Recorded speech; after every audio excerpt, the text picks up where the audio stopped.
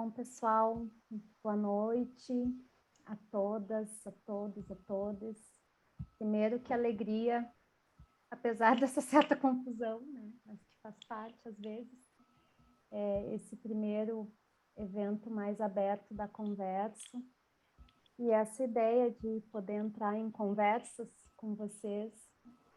E então, a gente tem a honra de receber aqui para os fechamentos do trabalho do grupo da Yasmin, né? Tensões entre linguagem, sujeito e ideologia, para o encerramento desse percurso das participantes desse grupo e da Yasmin, e ao mesmo tempo eu tomo essa atividade como um certo encerramento do ano da conversa, um ano em que a gente produziu bastante, né? E que estivemos aí em vários momentos, talvez mais nas redes, para quem acompanha, e sempre com o nosso trabalho interno.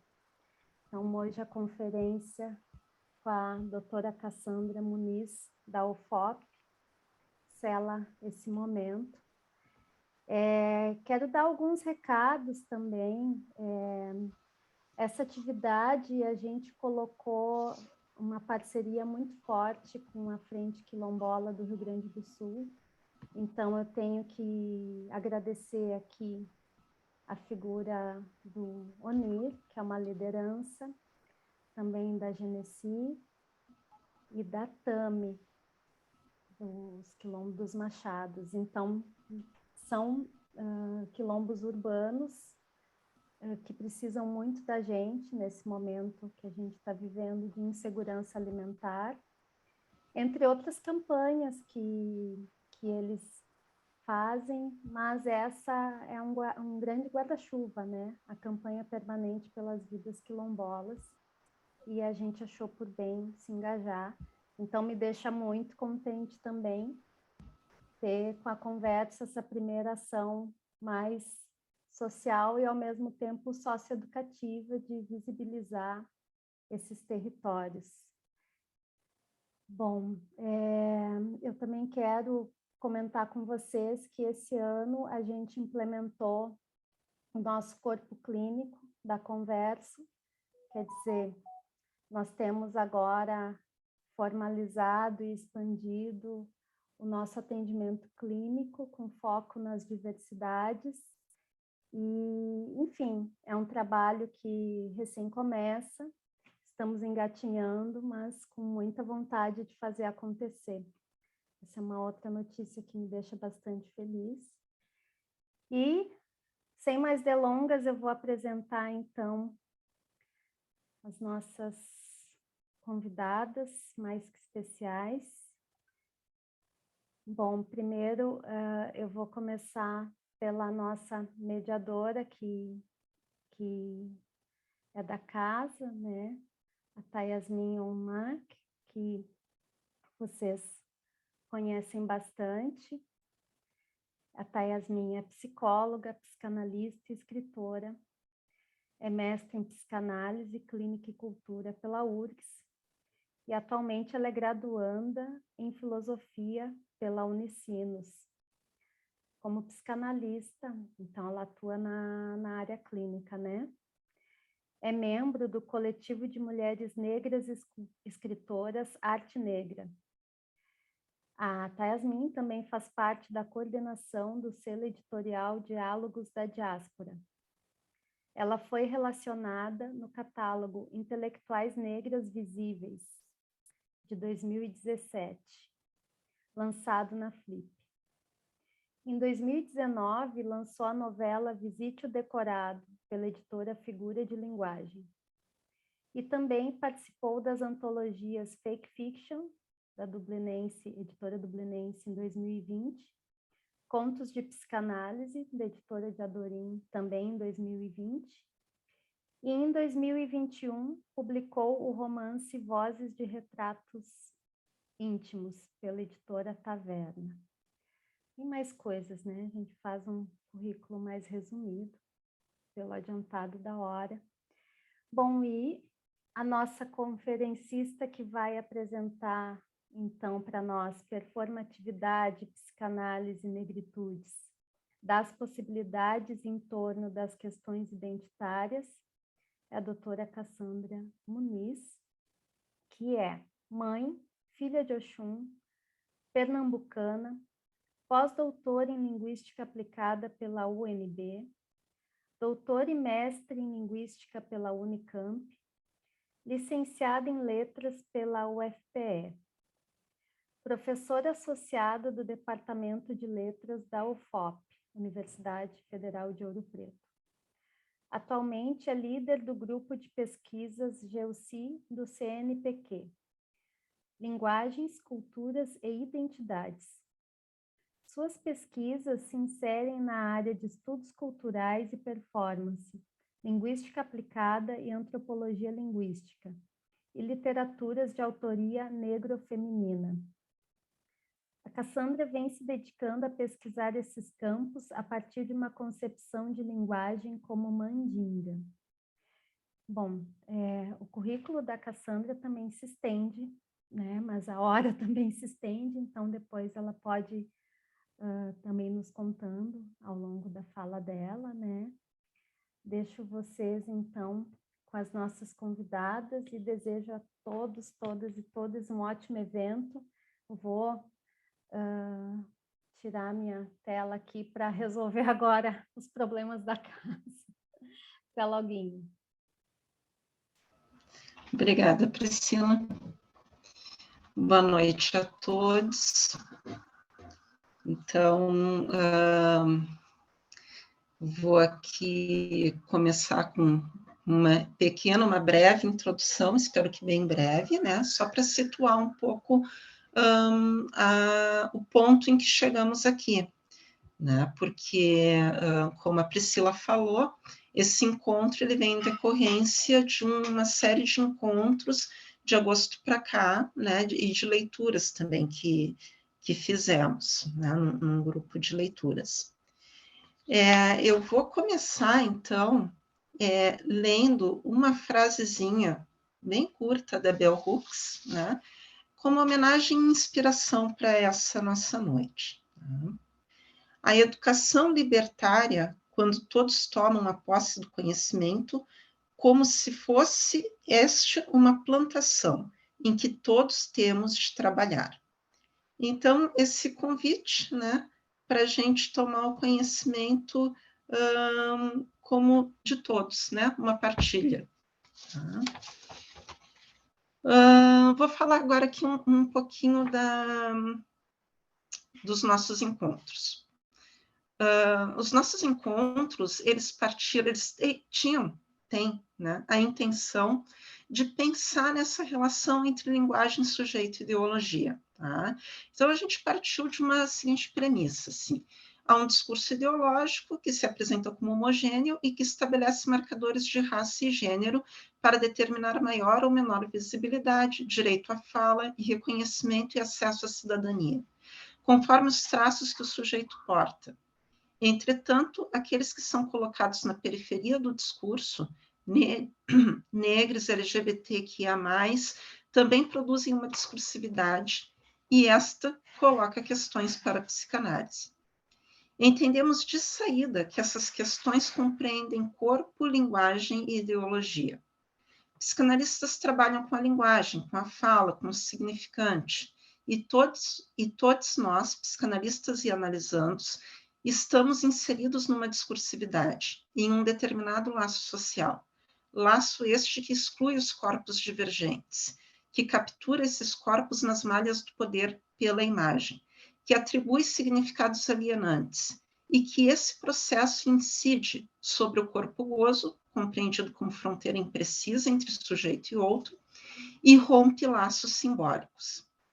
Embora as relações de poder próprias ao discurso capitalista sejam conhecidas da psicanálise, assim como os efeitos de alienação do sujeito, ainda parece ser um embaraço para os psicanalistas pensar que alguns estão mais assujeitados a essas relações de poder opressoras do que outros, e que o ponto de corte passa pelo corpo-imagem, que por fatores sociais e históricos carrega significados que o precedem. Temos também por premissa que é na linguagem que esses fatores sociais e históricos se atualizam constantemente através do discurso. Por isso, escolhemos transitar pela linguística. Iniciamos nossas literaturas pela análise do discurso, nos aproximando do conceito de ideologia e em como ele sustenta as relações de poder e as formas de subjetivação.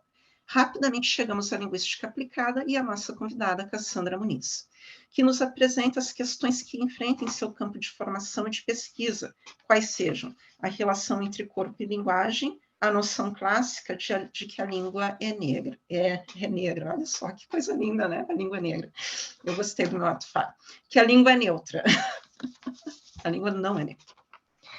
Cassandra trabalha com uma noção de língua que não é neutra, nem apolítica, nem descorporificada, mas viva e em movimentos, afetada não só pelos movimentos opressores, mas também pelos movimentos de resistência.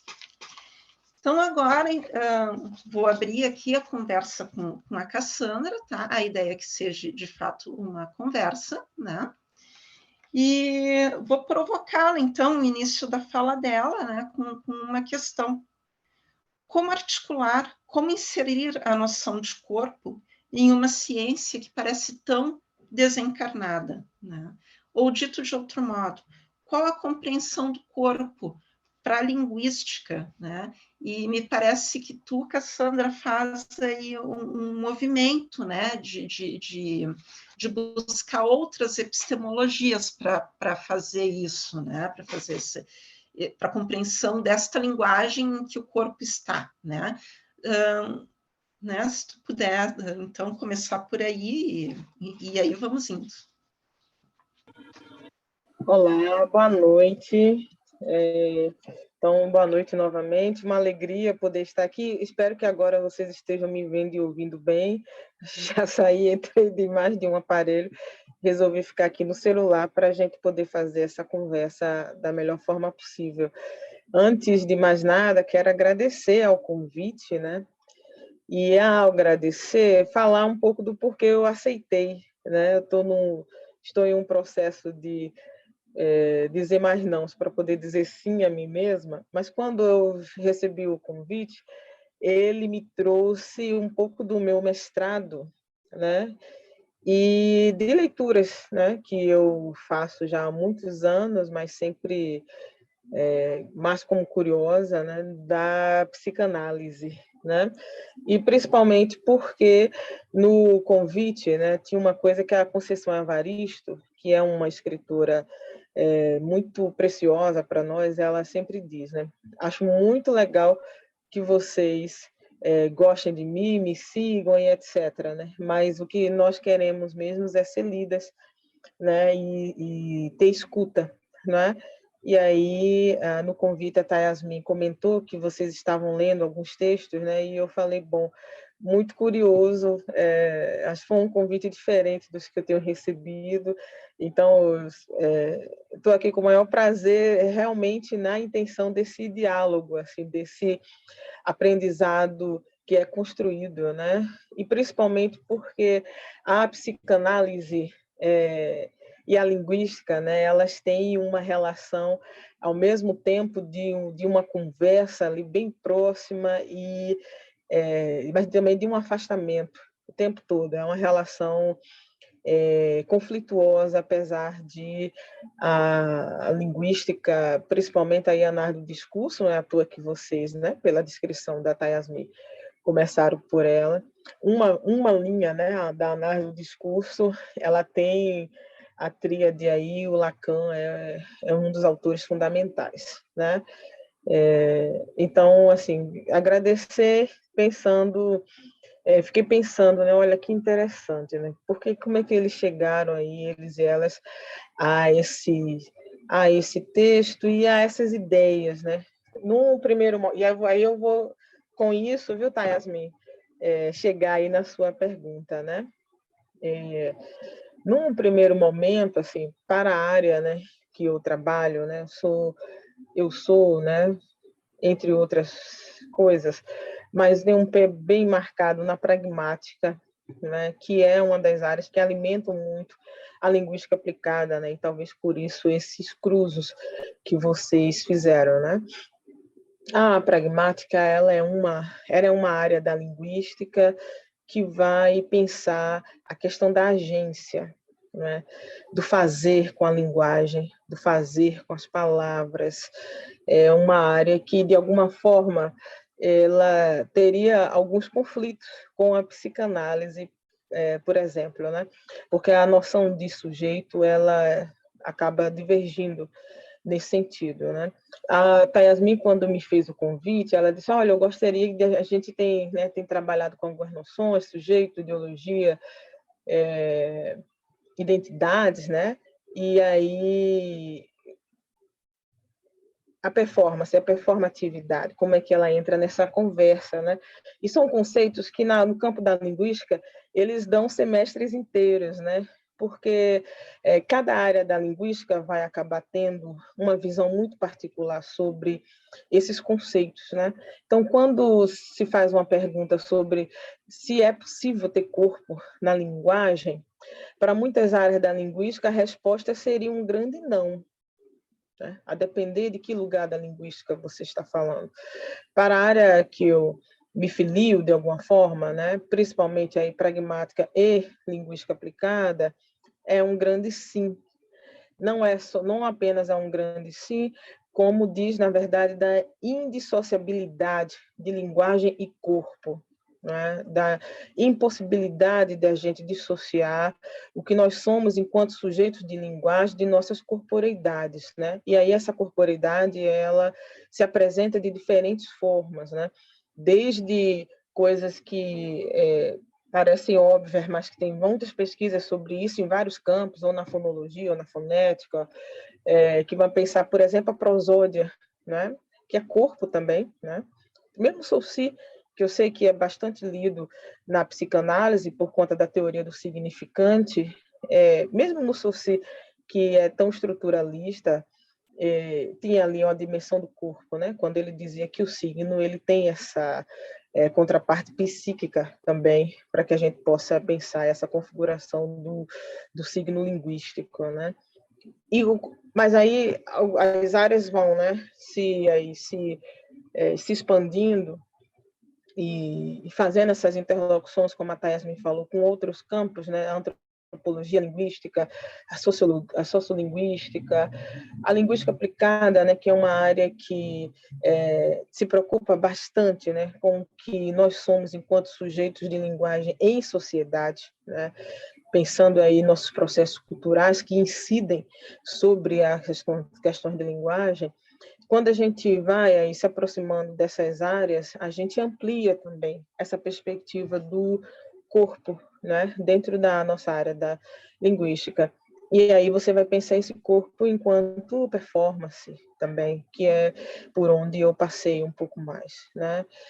Então, desde desse nível que a gente diz assim, do puramente linguístico, como uma questão prosódica, né, uma entonação, por exemplo, vocês são do Rio Grande do Sul, eu sou de Pernambuco, fiquei 20 anos em São Paulo, estou há 11 anos em Minas, então, obviamente que esses cruzamentos todos, né, essas encruzilhadas por onde eu fui me movimentando, elas incidem sobre o meu corpo e nesse sentido prosódico, né, nesse sentido da entonação, do meu acento fonético. Mas, para além disso, né, a gente vem se perguntando cada vez mais se é possível também a gente entender a ideia de corpo, não que elimine esse físico, mas que também possa pensar isso de uma forma mais holística, né? E aí, quando a gente faz isso, a psicanálise, ela entra de forma muito interessante aí em muitos dos trabalhos, né? Porque aí você, primeiro que essa dissociação de corpo e mente, né, que é uma dissociação que está presente aí na filosofia ocidental de forma muito datada e determinística, ela acaba se diminuindo, vamos dizer assim, né? E quando, no meu caso, né, que trabalho com sofias africanas e afro-brasileiras, né, dessa diáspora aí, não tem como a gente dissociar corpo de mente, também, né?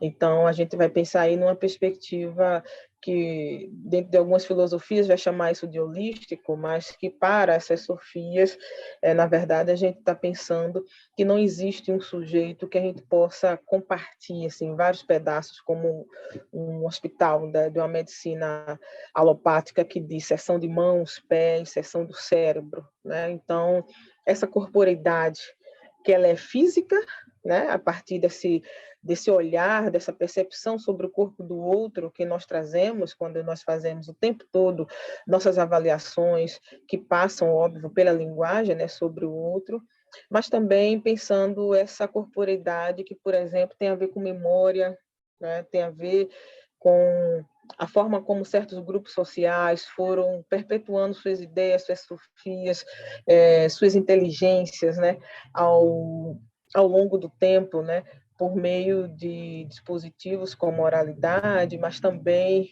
por meio da sua própria corporeidade física, né, dos seus traços e tudo mais.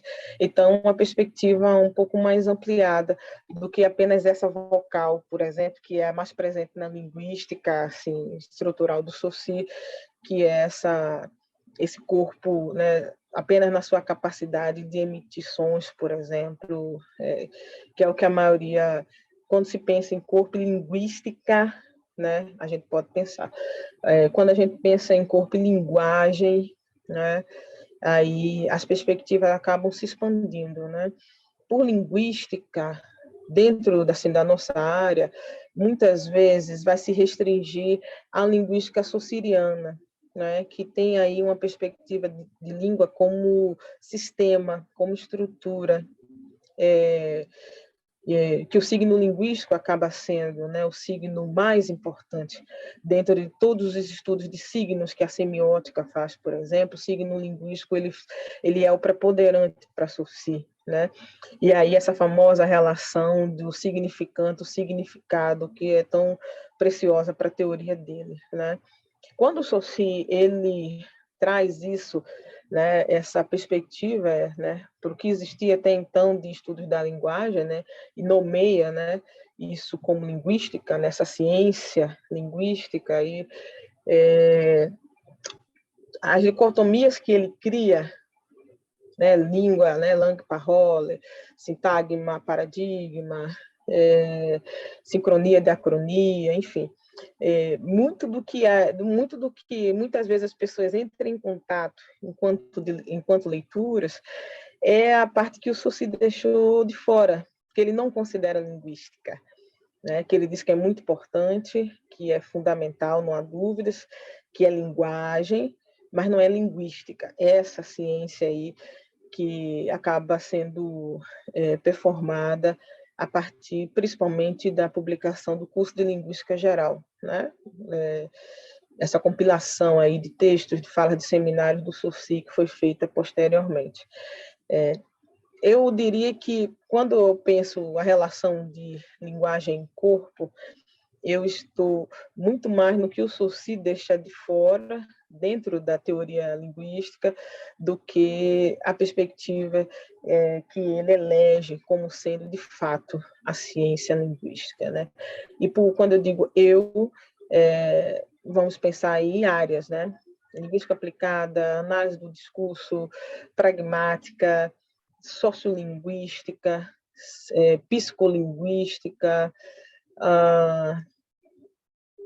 algumas áreas da linguística textual, enfim, e uma série de outras áreas que estão ali no rol da linguística, mas que muitas vezes, né, e isso não quer dizer um abandono à perspectiva estrutural, mas que questiona, desloca, né, repensa essa perspectiva para que, por exemplo, questões como corporeidade possam andar junto com as discussões de linguagem, né? Então, quando eu aceitei o convite, né, voltando ao início da minha fala, eu pensei que seria muito interessante fazer essa troca, né, com a Tayasmin e vocês, né, porque eu estou entendendo que vocês são um grupo de pesquisa, um grupo que se reúne, né, para discutir e pensar em uma série de coisas, de ver, né, como é que a gente faz essa coisa funcionar pensando que a linguística é uma coisa muito grande, né? Para pensar assim as nuances que cada campo da linguística vai olhar para uma pergunta como essa, por exemplo, sobre a possibilidade do corpo fazer parte da ciência linguística. É mais ou menos por aí, tá, Yasmin? Para a gente iniciar aqui a conversa.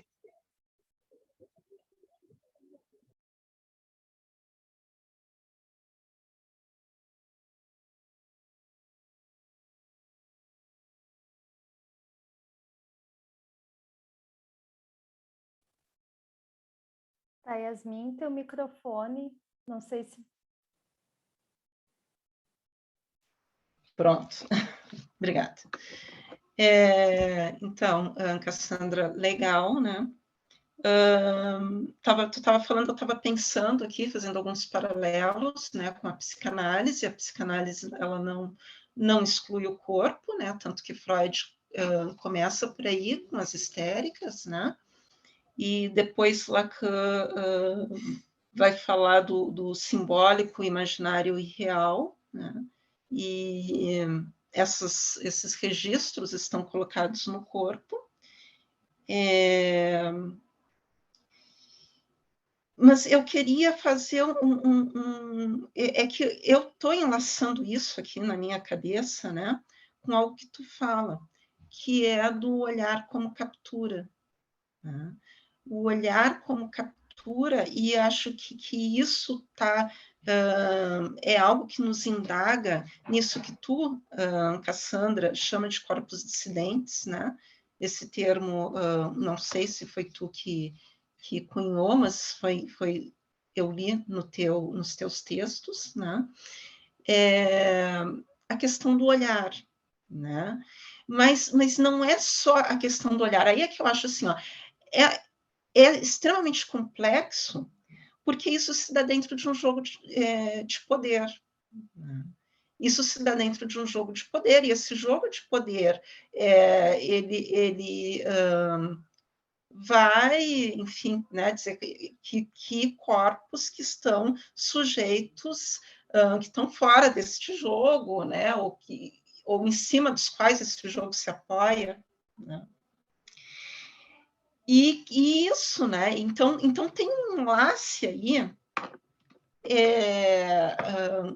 um enlace bem complexo entre linguagem, corpo e relações de poder. Porque, de algum modo, via discurso, né, essa linguagem ela acaba sendo um veículo, né, para essas relações de poder. Maravilha. Tem muita coisa aí. Eu vou falando, se você quiser me interromper, você fica à vontade, tá, Yasmin? Bom, você lembrou eu entrei lá pela psicanálise pelo Freud, né? Porque eu trabalhei com humor na minha dissertação de mestrado, então tive que ler bastante sobre xistes, né? Sim, por isso que eu comentei xistes e ato falho, né? Por isso que eu comentei, né, que embora, né, a linguística, né, e dependendo da área, né, ela se afasta, mas aí quando entra o corpo, a gente tem a possibilidade de se aproximar de novo, né? O que eu acho fantástico.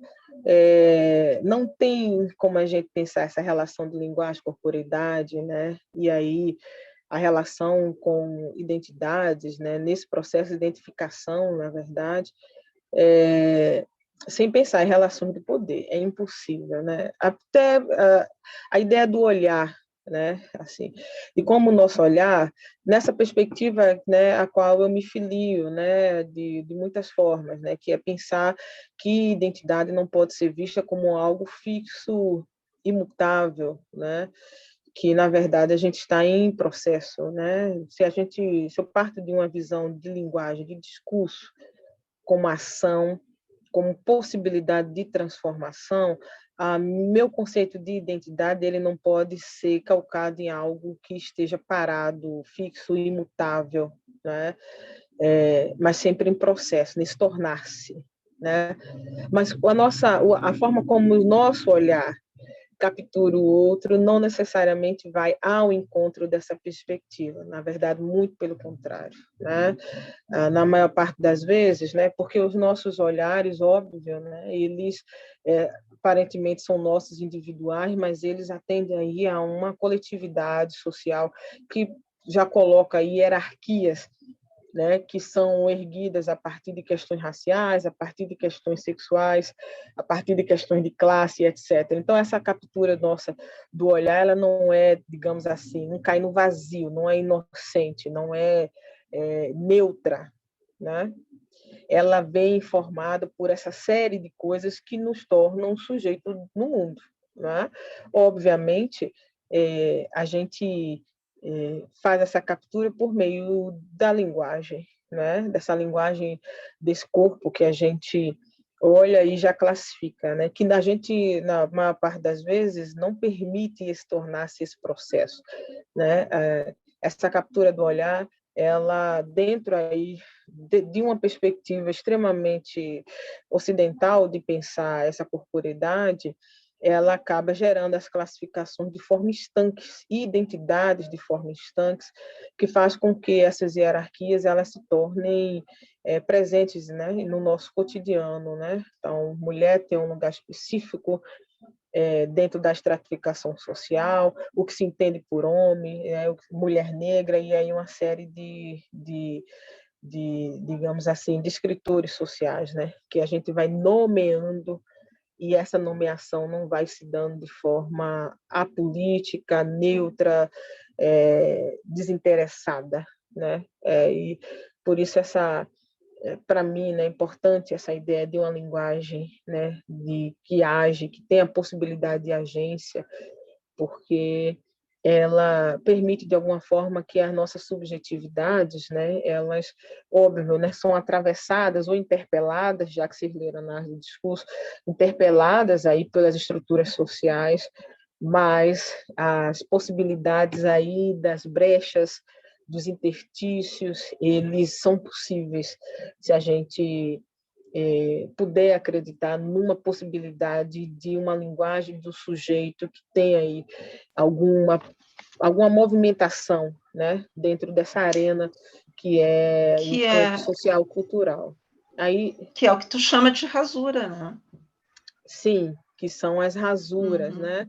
Essas rasuras, elas se dão dentro dessa produção do conhecimento, né? Então, o fato de pensar essa corporeidade num aspecto mais amplo, isso constitui uma rasura dentro da linguística, dessa linguística principalmente estruturalista, e também, Tayasmin, a gente se permitir entender que nós não somos só o olhar, né? E aí eu tenho lido alguns autores e autoras da filosofia africana, né? E uma especial tem me capturado, para usar sua palavra aí, que é a Nyoruke Nyorumi, que ela vai falar de, em vez da gente pensar aí uma cosmovisão que produz aí essas hierarquias, a gente trabalhar com a ideia de cosmopercepção, para que a gente possa expandir aí, não só aos outros, mas a nós mesmos, para além desse olhar nosso que já vem extremamente viciado, vamos dizer assim, por essas diferenciações sociais que acabam produzindo desigualdades, né? Não porque a diferença seja um problema, mas porque a gente transforma essas diferenças em desigualdades, né? E, óbvio, isso só se dá porque existe uma questão de poder envolvida nesse olhar. Quem diz, por exemplo, quais corpos são dissidentes, né? Quem diz quais corpos são normais? O que é ser normal? O que é estar fora da curva? O que é ser periferia ou centro? Né? Que corpos, por exemplo, nessa pandemia, que corpos podem morrer e que corpos têm sido salvos? Porque tem uma estrutura médica que permite, pelo menos, aí ficar 20 dias internado com uma equipe que te consiga voltar a respirar novamente. Então, a ideia de corpos dissidentes não é minha, ela vem aí dos estudos queer, né, principalmente, e entendendo aí, e os estudos QI é um lugar legal, né? Vocês estão encerrando, né? Mas a gente, na minha Sofia, o ciclo, na ideia de ciclo, a gente não necessariamente encerra as coisas, né? A gente vai pensando essa ciclicidade aí da vida e por isso mesmo nossa, né? Mas os estudos queer, eles trazem essa ideia de dissidente justamente para confrontar a ideia de normalidade, que foi por muito tempo, né? Ou é, para algumas perspectivas, uma ideia muito cara aí, por exemplo, a psicologia e alguns campos da psicanálise, né? Então, a ideia de dissidente é para justamente confrontar esse normal, né? E perguntar o que é esse normal, qual corpo, que leitura de corporeidade você coloca na caixinha do normal e na caixinha do dissidente. E aí, nesse caso, né, quem tem o poder de fazer essa classificação? Né? Então, trazer aí essas questões e rasurar, né, essa visão que, né, classificatória, estanque, que a gente vai pensando aí, essa produção identitária, tem sido fundamental assim para as coisas que eu acredito a linguagem tem o poder de nos permitir fazer, né, enquanto sujeitos, enquanto pesquisadores e pesquisadoras, enquanto pessoas como vocês, né, que da clínica a um grupo de estudos e etc., tem a questão da linguagem como fundamental, né, para entender aí os sujeitos, né? Então, essa rasura, Yasmin, né, essas rasuras, né, elas para mim têm se constituído como um lugar assim muito frutífero de pensar assim o que tem sido deixado ao lado, assim ao largo, né? O que as teorias mainstream tem deixado de lado e que muitas vezes a gente não vai observando porque a formação que a gente foi exposta também não nos permitiu isso, né? E aí a gente tem aí um conjunto de uma intelectualidade que vem promovendo essas rasuras aí, né?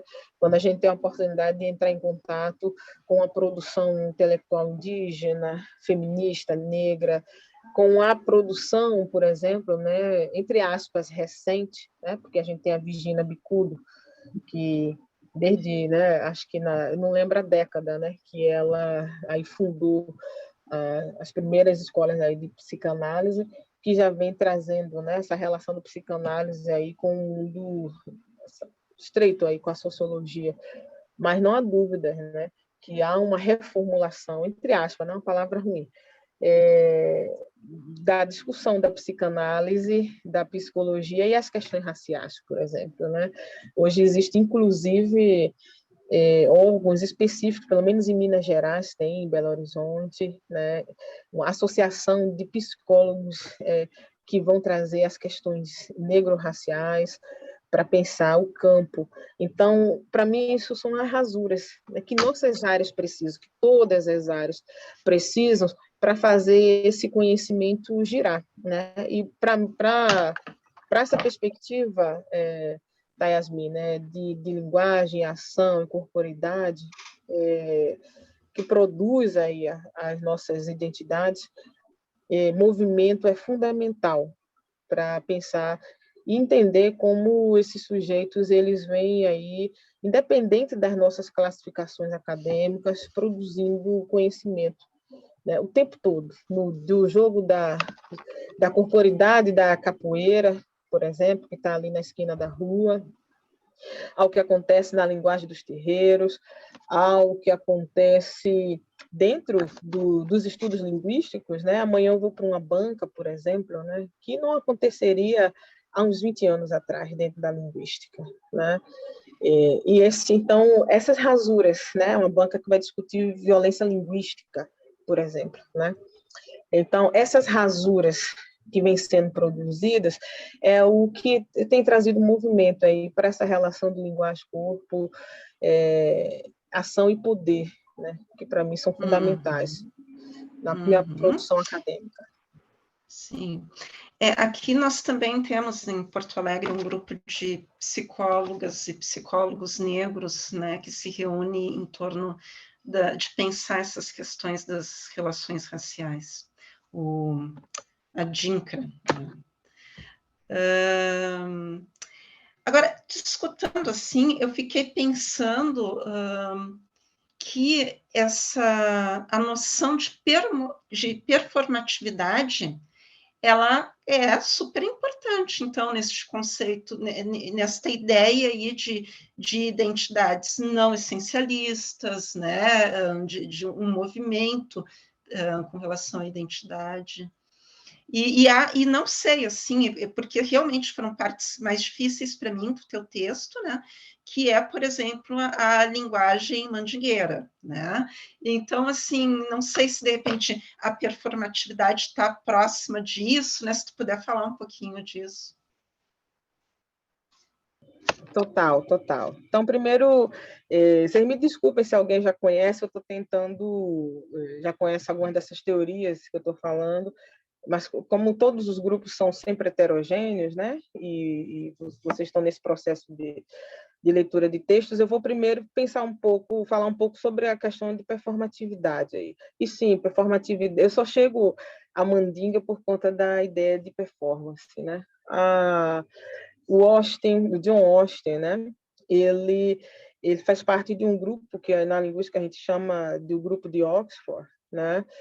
Que fez uma série de seminários, né, para pensar uma coisa, né? Não, na verdade, duas, né? Primeiro, a relação entre filosofia e linguagem, né?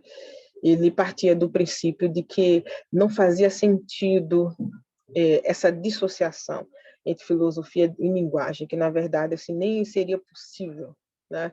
Essa dissociação.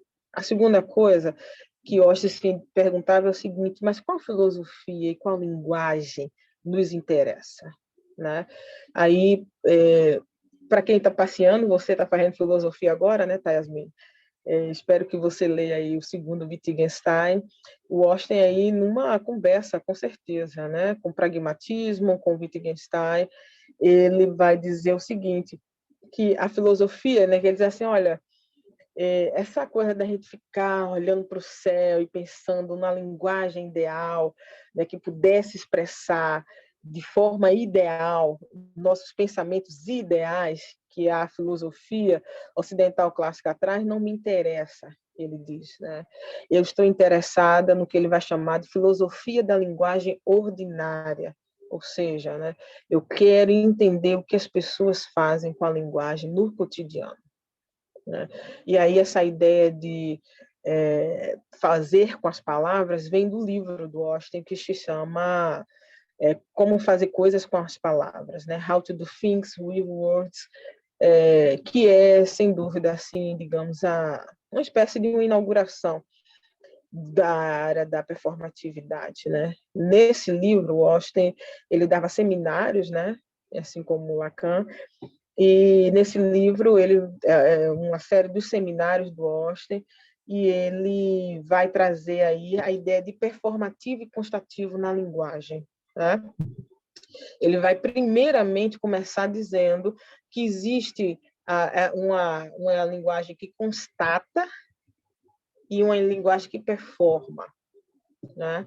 Então, a linguagem que constata, por exemplo, ela se traveste em frases como a Terra é redonda, homem tem pênis, enfim, geralmente por meio de frases declarativas, afirmativas, né?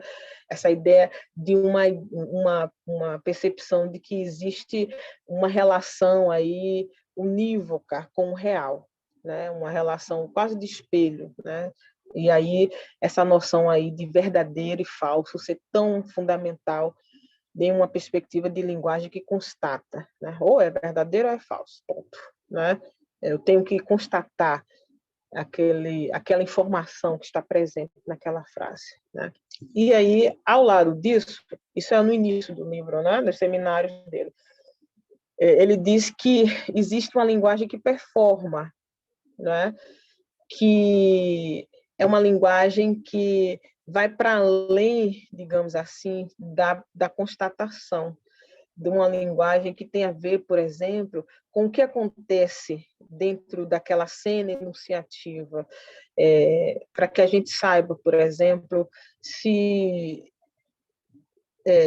todo homem tem pênis é uma frase declarativa possível e verdadeira, por exemplo, porque vai depender do contexto, porque vai depender dos atores sociais que estão ali naquela cena enunciativa, porque vai depender da força que eu dei ao meu discurso na hora que eu disse essa frase. Ele vai dizer que a gente aí, nesse caso, está no campo da performance, né? No final do livro, né? E aí ele vai dizendo o seguinte, olha, tem verbos que são declarativos, verbos que são performativos e tal. No final do livro, né, no último seminário, ele diz assim, bom, eu fiz um exercício aqui.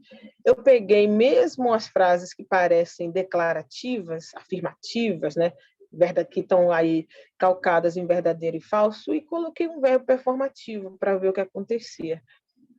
E aí ele desfaz a dicotomia de constativo e performativo e vai nos dizer que, na verdade, tudo é performativo, né? Que o tempo todo nós estamos no campo do performativo, né? Que isso que a gente acha que é uma constatação é uma ilusão que a linguagem dá para a gente.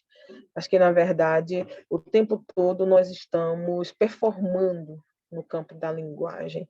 Então, homem tem pênis é uma frase performativa que tem condições de felicidade em certos contextos, e outros não. E isso para todas as frases que a gente puder imaginar, né? Quando Austen, né, fala dessa linguagem performativa, né, dessa visão performativa da linguagem, ele nos brinda, então, com a possibilidade de a gente não ficar pensando os sujeitos, a linguagem e as identidades divididas entre sim e não, verdadeiro e falso, é e não é. Porque aí a linguagem, se a linguagem é performativa, a nossa relação com ela também é. As nossas identificações também serão performativas, né? Então, a depender, por exemplo, de onde eu esteja, eu, Cassandra Muniz, eu vou ser Cassandras muito diferentes, não necessariamente porque eu me veja, né, como se eu tivesse aí, sei lá, dissociada de mim, diferentes identidades, mas porque a minha identidade ela também depende do olhar do outro, né? E agora eu estou aqui num espaço que vocês me escutam, mas quando eu saio na rua eu sou uma mulher negra andando na rua, afeita aí a todos os tipos de subalternações que essa identificação me dá, por exemplo, né? Em outros contextos, eu estou no lugar do mainstream, da pessoa que as pessoas param para escutar. Então, quando o Austen ele traz uma visão performativa de linguagem, ele incide, Yasmin, como você falou, diretamente sobre a noção de identidades, né? E isso, obviamente, gera uma série de incômodos, né? Porque as pessoas perguntam, mas então agora sim vai ser tudo valendo e enfim, não vai ter uma estabilidade que eu possa, né, tratar os sujeitos, né? Ou seja, né, as pessoas estão pedindo por uma semântica, né? Por semas que sejam estáveis, que a gente possa classificar, né? E o Austen vai dizer não, né? Porque mesmo esses semas que parecem tão estáveis do ponto de vista do significado aí, eles também são móveis, eles também são fluidos, eles também não são essencializados, né?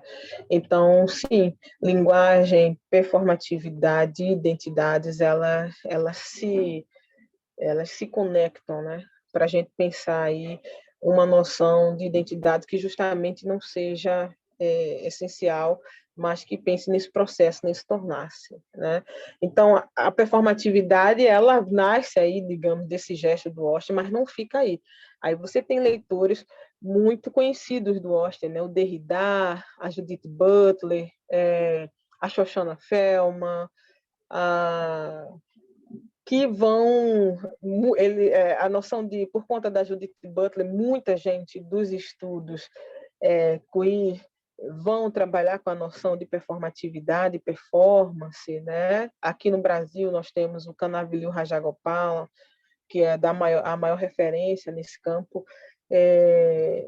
a Joana Palazzo Pinto, que vai trazer as questões de gênero para pensar essa mesma noção, né?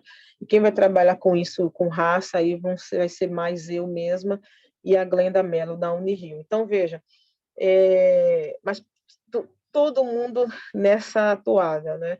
Mesmo quando a gente desloca um pouco o que o Austin dizia, porque o Austin, às vezes, né, pelo menos nas nossas leituras, ele parece se ater muito ao que estava acontecendo naquele momento do ato de fala, que é como ele fala, né?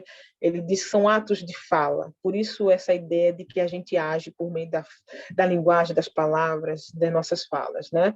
Então, esses atos de fala no Austin, eles acabam ficando muito, como eu posso dizer, ficando muito constritos àquela situação específica, né? Mas a gente sabe que isso explode, né? Que isso se expande. E aí, o Derrida e a Judith Butler são dois leitores de Austin, mas que também são dois críticos da ideia que o Austin traz, porque justamente o Derrida ele vai expandir, né, essa noção de Austin para dizer que não dá para ficar apenas com aquilo que acontece naquele contexto específico, né, que a linguagem sempre dá um jeito de sair, de se espraiar, né, e de se ficar maior do que aquele ato específico ali. E a Judith Butler, porque ela vai trazer o corpo de forma muito presente para a teoria da performatividade, né? O Butler, ao discutir gênero, estilizações de gênero, né, como ela escreve, ela vai fazer isso por meio da noção de performatividade, né? Justamente porque é uma noção que permite essa elasticidade para a gente pensar a linguagem, né? Então, ao invés da gente dicotomizar, a gente tem uma certa continuidade aí, né? Uma coisa que não se encerra aqui ou ali, né? Algo que tem um movimento dentro do campo da linguística, né? E por isso mesmo aí eu desago na ideia de mandinga por conta disso, né?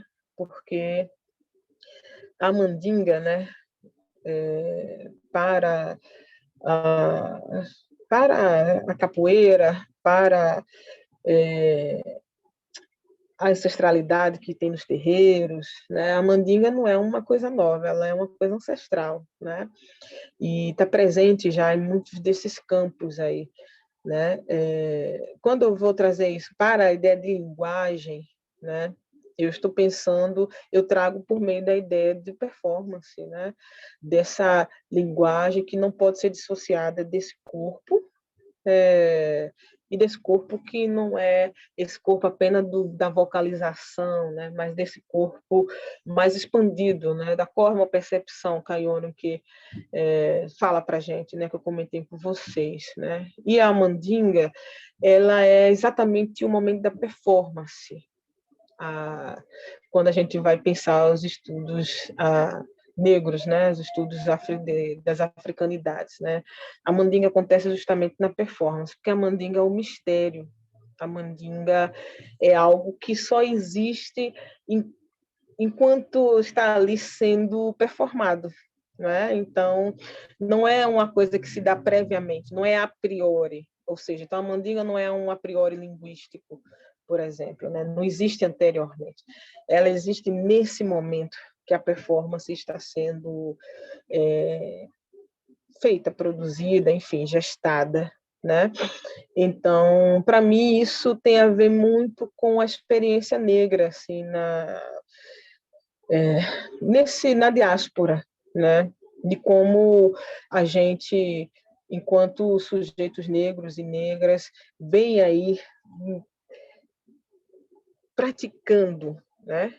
Porque para mim essa coordenação é fundamental, praticando uma ideia de ação, uma ideia de linguagem, desculpa, praticando uma ideia de linguagem que vem nos permitindo sobreviver até hoje, por mais que todas as previsões acadêmicas dissessem que não existiriam pessoas negras, principalmente como eu, que tenho a pele mais escura, nunca no ano de 2021. Né? A previsão é que a gente nem existisse até os anos de 1970.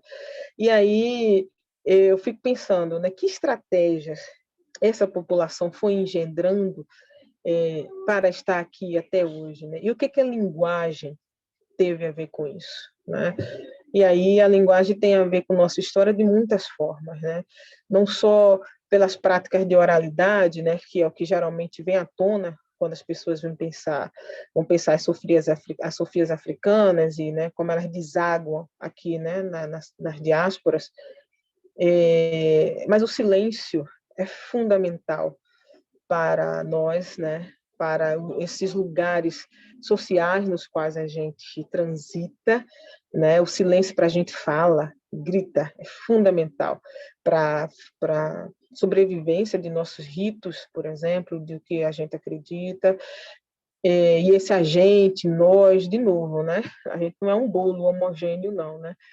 Aí a ideia de performance ela é fundamental, né? Porque se é negro, se é negra de muitas formas, como se é branco, se é branca de muitas formas, né? Então, a ideia de performance ela justamente nos oferece a possibilidade de não encaixotar todo mundo num bolinho homogêneo, embora a linguagem nos traia o tempo todo, né? Porque a gente diz nós negros, nós negras e etc.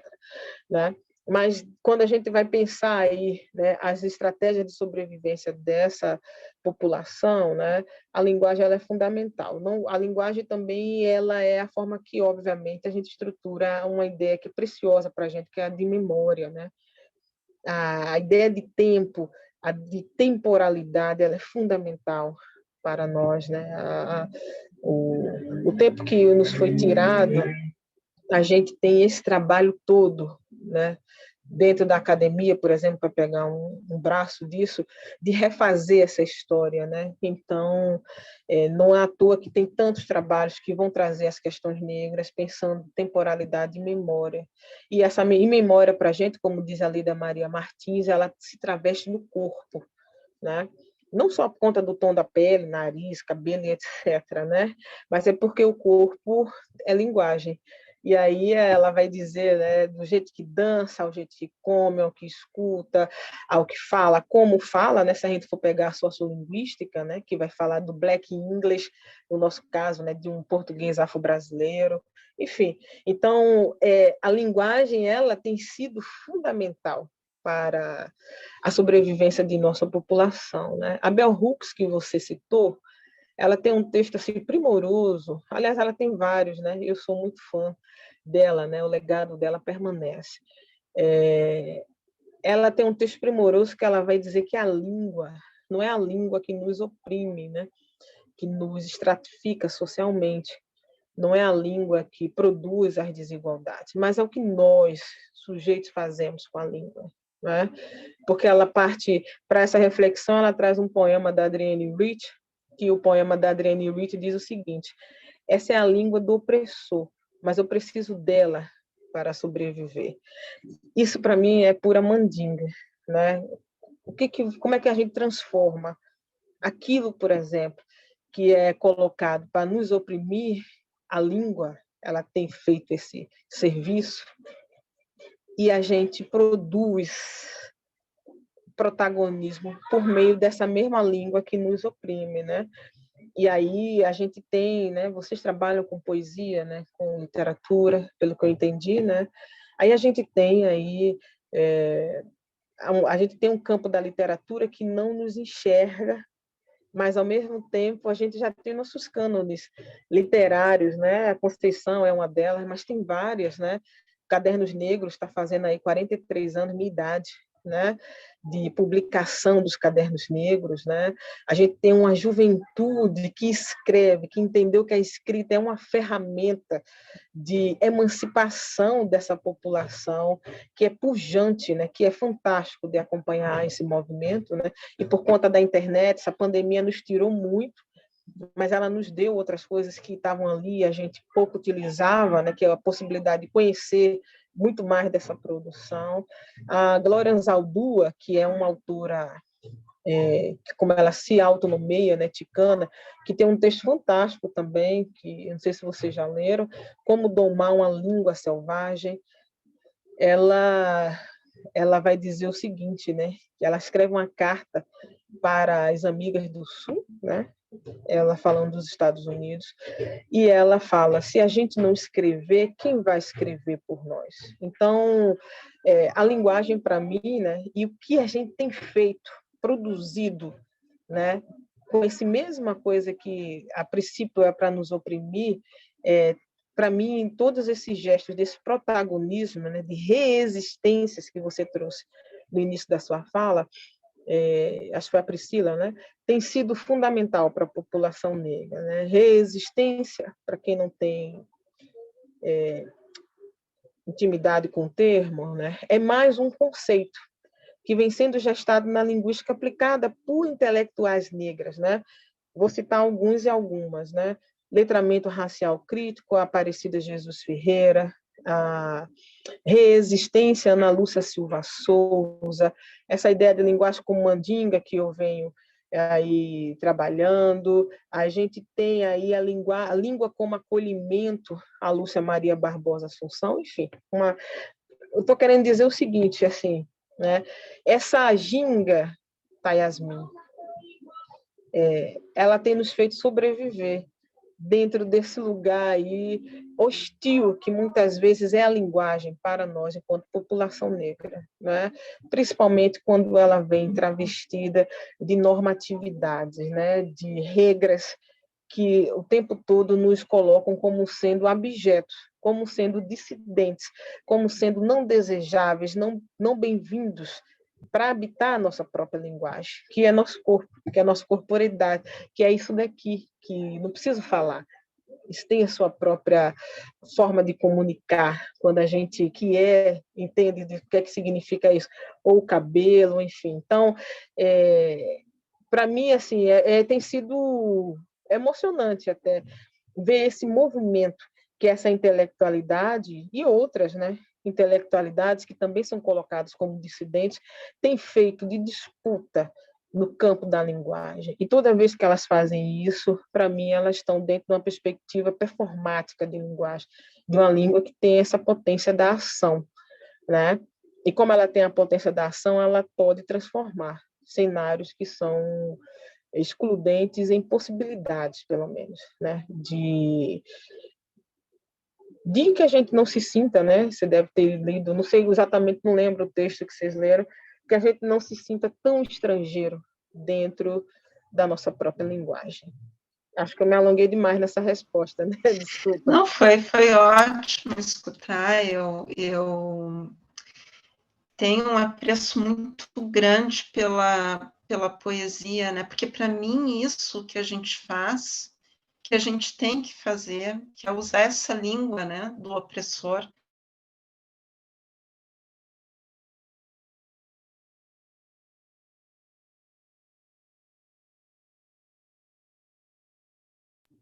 Eu não te escuto agora, Yasmin. Eu não sei se sou só eu.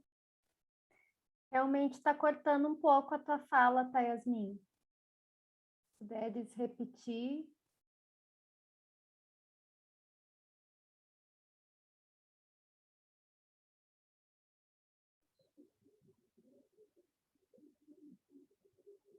Você estava falando da poesia, né, Yasmin? Do poder da poesia aí para gente. Negra, poesia prática, né?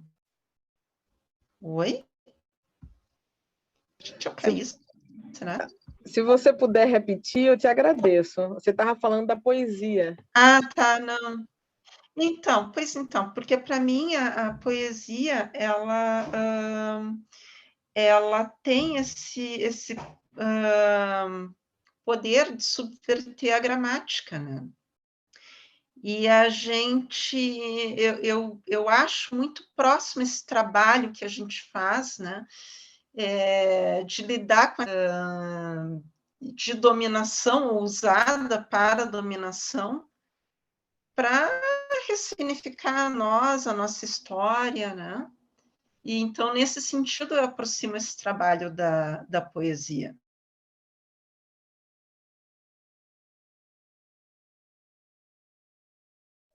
Sim, não há dúvidas, né? Mas o que eu tenho, não mais não, né? Não precisa usar esse mais não, mas já vem ele de novo. A gente geralmente associa, né, esse lugar de uma possível liberdade no campo poético, né? O que eu tenho visto das produções, tá, Yasmin, elas se expandem para além da poesia e eu acho isso precioso, assim. Quando você lê uma Bell Hooks, por exemplo, é, ela não é só o conteúdo que está escrito, né? Mas a forma como ela escreve.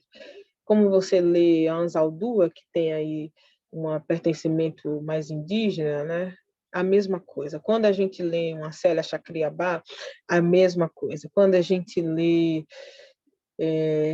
a Ana Lu Silva Souza, né, com esse conceito maravilhoso de resistência, a mesma coisa. Então, as rasuras, né, que a gente falou no início, elas têm se dado, o Alan da Rosa, enfim, tantos escritores e escritoras aí maravilhosos, a Lisandra Souza, dessa literatura aí um pouco mais jovem, né, entre aspas, porque ela já faz literatura e poesia há muitos anos, o Cult, né, dos Cadernos Negros, enfim, quando a gente lê esse pessoal, não é só no lugar da poesia que a linguagem acaba fazendo isso que o Wittgenstein diz, né, dos jogos de linguagem, que a linguagem brinca com a gente, brinca com o nosso inconsciente, inclusive, né? Isso tem sido um movimento que essas intelectualidades que são tidas como a margem têm produzido e nos brindado aí, com a possibilidade de uma escrita que, embora, né, sejam todos doutores, doutoras e tudo mais, mas que tenham ousado jogar com a linguagem a favor de suas histórias, a favor de seus projetos de dizer, a favor de uma corporeidade que quer estar presente nessa escrita. Enfim, né? A poesia não há dúvidas, né? É esse lugar assim, magistral para isso. Mas quando a gente rasura a ponto disso estar numa escrita acadêmica, né, que é tão colocada como neutra, né, como objetivista, né, como vazia de subjetividade, eu acho, né, que aí a gente a possibilidade de expanda a possibilidade dessas fissuras que vêm sendo feitas aí e se espalhar e produzir esse tanto de coisa interessante dentro da própria teoria linguística, né? Então, hoje, quando as pessoas falam em linguística, é necessário ter um olhar aí mais amplo, né? E se perguntar de qual linguística a gente está falando, né? Porque não só porque já existem, né, óbvio, as áreas dentro da linguística, né? Mas é porque dentro das próprias áreas algumas micro-revoluções têm sido feitas, têm sido produzidas, né?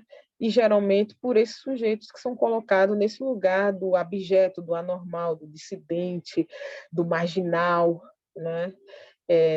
A gente precisa ficar atento aí a essa movimentação e acho que vocês estão justamente nesse bojo ao ler ao narrar do discurso, linguística aplicada, ao fazer a relação com as questões raciais, né, para o que vocês têm pensado aí do papel da psicanálise nas nossas vidas, né? Nos últimos tempos, por questões práticas da vida, isso tem sido um alvo assim de questões minhas, pessoais até, porque eu tenho convivido com mais pessoas que trabalham, por exemplo, em CAPS, né? Imagino que, obviamente, tem aí no Rio Grande do Sul também, eu acho que é uma política nacional, né?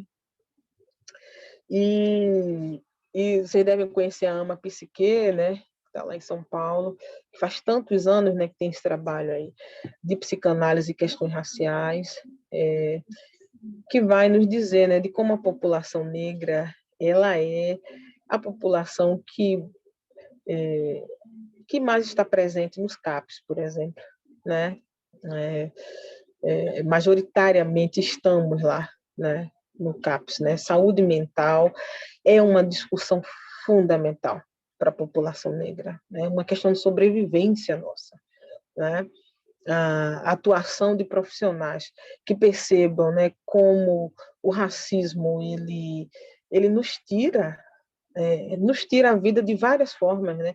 E geralmente começa pela nossa saúde mental, né? Dificilmente você vai conhecer algum intelectual ou intelectual negra, por exemplo, pensando aí por onde eu transito, que não tenha tido episódios de questões de saúde mental. Acho que eu não conheço nenhum que tenha passado incólume a isso, né? Independente de nossas titulações, né?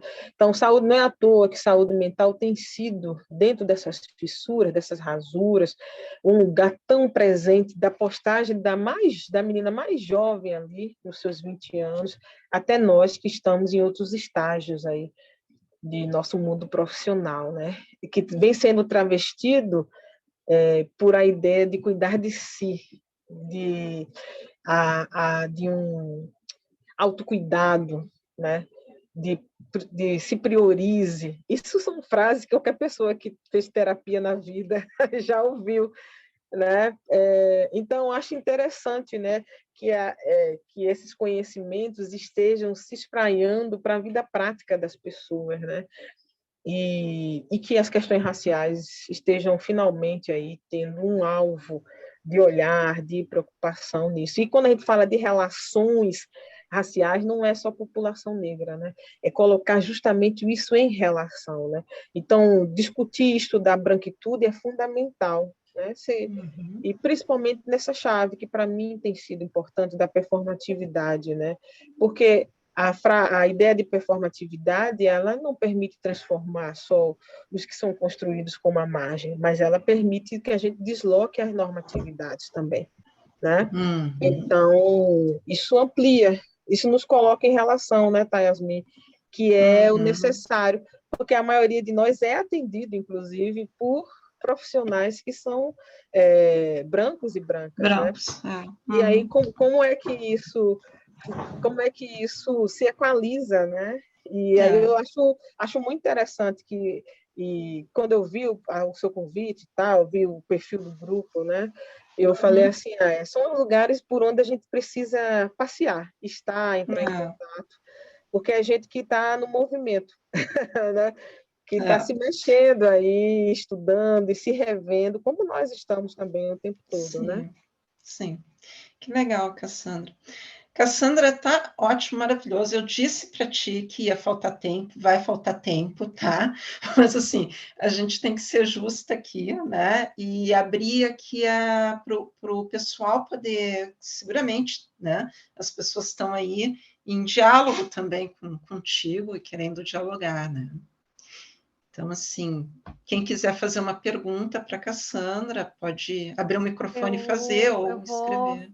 Vou dar uma sugestão, até porque já tem um inscrito no chat, que é o D'Amico, das pessoas se colocarem no chat e assim eu vou liberando para a pergunta para a Cassandra. Pode ser assim? Pode, mas eu não quero interromper a organização de vocês, mas tem gente que gosta mais de falar. Por mim é tranquilo, tá bom? Tá bem. Vamos vendo como flui. D'Amico, por favor. Não, quero agradecer primeiramente a Priscila e a Yasmin por abrir esse espaço aí. E Cassandra, é um prazer te conhecer, te escutar. A Yasmin vinha falando bastante em você. Bom, minha cabeça aqui deu um giro e normalmente não faço perguntas, mas eu me lembrei de uma palestra do Stuart Hall, que é Raça como um Significante Flutuante, né? Que ele vai dizer que nós somos leitores, ou seja, a gente lê através, né, dessa cosmovisão, né, a raça das pessoas. E ele vai dizer que a raça funciona como linguagem, né? Que os sistemas se referem os significantes se referem a sistemas e conceitos da classificação de uma cultura, né? E suas práticas de produção de sentido. Né? E ele segue afirmando que não é possível fixar o sentido de um significante para sempre ou transitoriamente. Né? Isso para os lacanianos isso é muito, faz todo sentido, né? Faz conexão direta, né? Ou seja, há sempre um certo deslizamento de sentido, há sempre uma margem que não está encapsulada na linguagem no sentido. Mas ele vai mais longe, né? Porque ele vai dizer que há uma função metonímica entre natureza e cultura, né? Nessa leitura que se faz da raça. Né? De colocar uma dentro da outra, ou seja, esta raça biológica, né, o racismo biológico e tal, né, que tinha as características biológicas, ela é lida na cultura, né, numa cadeia significante, né? E ele faz um diálogo com o Hebe de Bois, né, naquilo que o Hebe de Bois traçou lá naqueles três, né, cor, cabelo e osso, né? Como sendo do modo mais grosseiro onde aparece a significação da raça. Né? E aí eu me lembro que tem o Fanon, no Pele Negra, Máscaras Brancas, vai falar algo que, para mim, é muito impressionante, que é uma questão também para a clínica, né, que se coloca, que ele vai dizer no Pele Negra, Máscaras Brancas que sou um escravo, não da ideia que os outros têm de mim, mas de minha própria aparência, sou fixado por ela. E nisso, o Fanon não fica restrito a isso, porque ele vai dizer que não dá para ficar preso à superfície. De certa forma, parece que o uso que tu faz da performatividade e dessa noção da Yorumi, de cosmopercepção, nos leva para esse caminho. Né? Quer dizer, quem escuta deveria ser capaz, né, de não ler com os olhos. Então, eu fiquei, me deu uma realmente volta. Ou de pelo menos, D'Amico, não fixar. Não O fixar. sujeito Exatamente. por esse olhar, que é quase o olhar é importante também. O problema é essa fixidez que a gente encerra, né? Os sujeitos em nossas leituras, né? Pois é, porque o Stuart Hall nisso vai dizer que se é leitor de raça, é leitor da diferença social, né? Nessa cadeia significante. E me parece que te escutando tem algumas pistas aí que a gente pudesse pensar para além da superfície, dessa coisa mais cabelo, osso, e nariz, seja o que for. Não sei, fiquei pensando nessas coisas, mas é que tu me ajudou a pensar, quero dizer isso.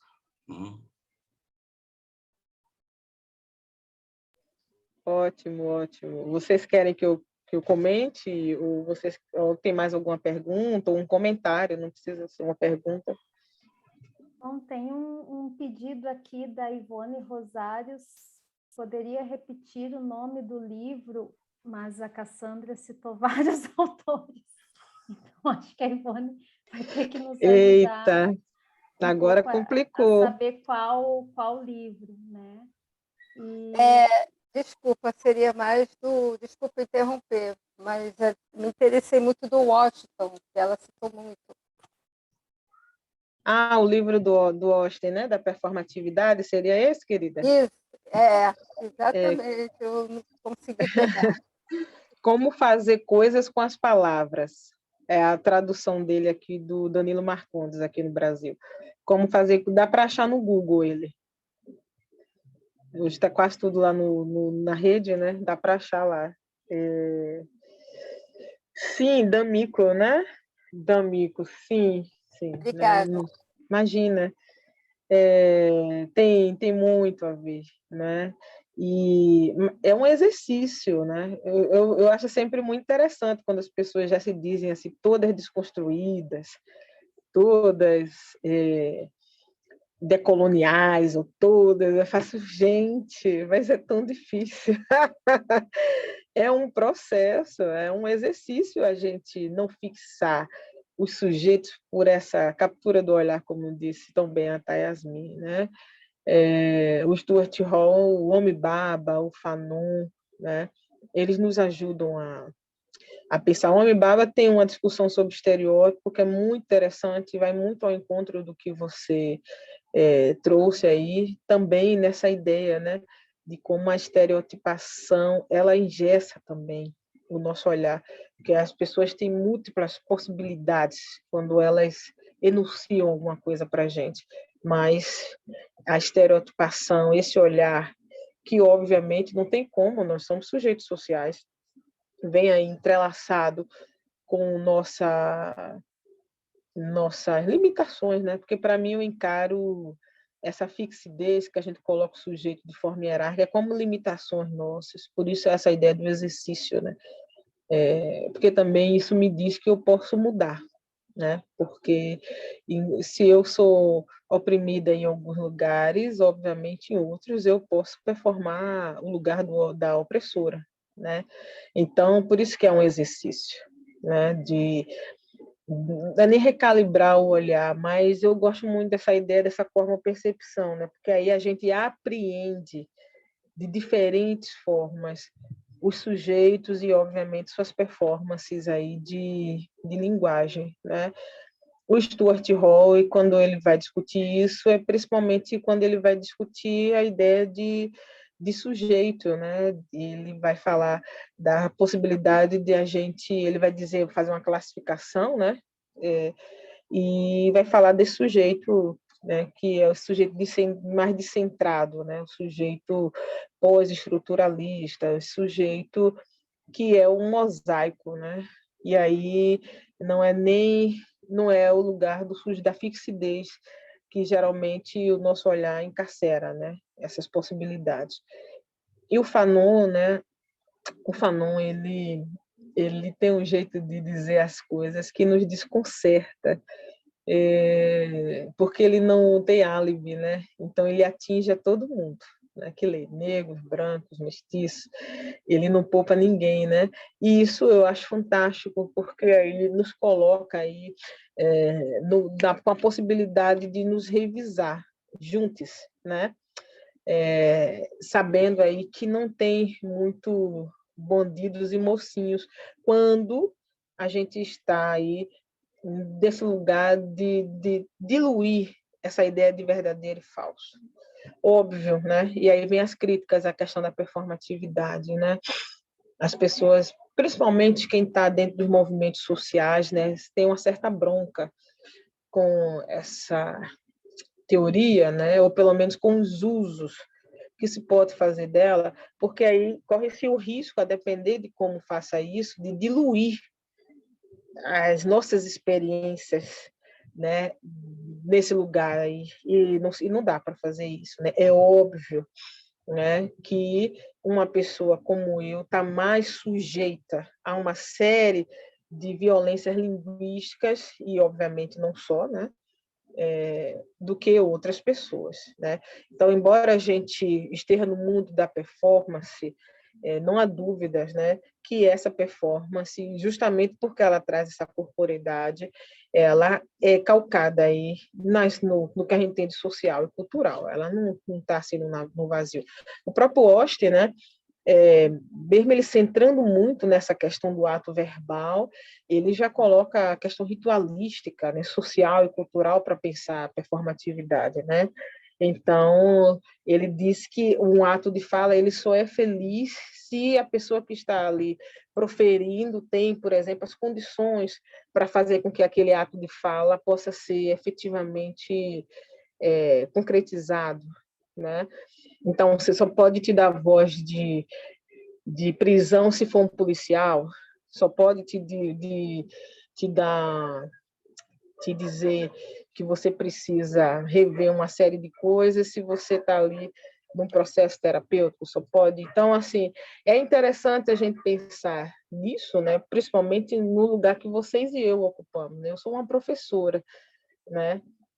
E eu acho que nossas profissões não são tão distintas, né? A gente lida com o público e a gente tem a palavra aí como um lugar de muita implicação sobre a vida das pessoas, né?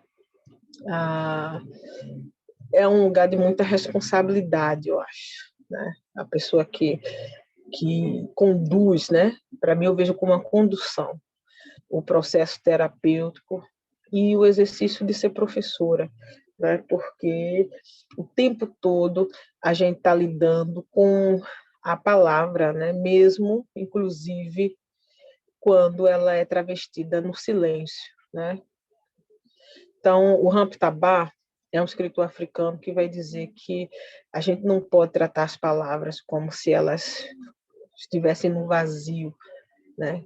Que as palavras elas têm esse poder de ecoar e com isso elas incidem, né? Muitas vezes aí passando de geração em geração sobre nossas vidas, né? Isso para nós, população negra, tem sido um lugar de sobrevivência, né? Porque assim a gente consegue praticar, por exemplo, aspectos das nossas diferentes culturas até hoje, né? Mas isso também tem sido usado, né, como lugar de opressão e silenciamento, né? Então, sim, D'Amico, né? A ideia era que a gente não fosse lido e desse lugar tão estanque em que geralmente somos, né? Tem o Lazo Matumbi, é um cantor de Salvador, não sei se vocês conhecem, que ele tem uma música linda, mas tem uma frase específica, se desculpem, né? Minha alergia estava começando. Ele tem uma frase específica que é fantástica para a gente, né? Ele diz assim: esse é meu corpo e ele está aqui para você fazer a sua leitura. Isso enfim, a gente vai para o céu e volta, né? Quando a gente lida com linguagem, né? Mas olha a responsabilidade da gente ter essa autorização para ler os outros, né? Com que olhos a gente lê, né? E a Yoro me fala, né? Será que a gente não pode expandir para além desse olhar que tem sido usado muitas vezes para transformar a diferença em desigualdade? É por aí.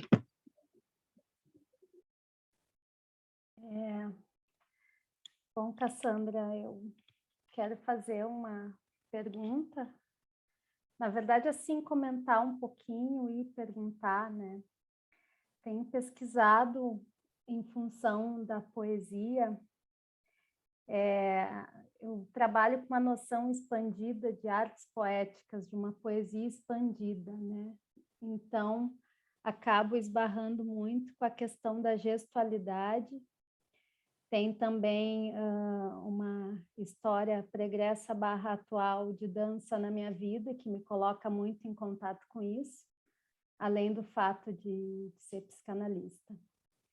E para mim é algo incrível pensar, já falei isso em outros espaços, que a gente elegeu um presidente com um gesto de arminha na mão.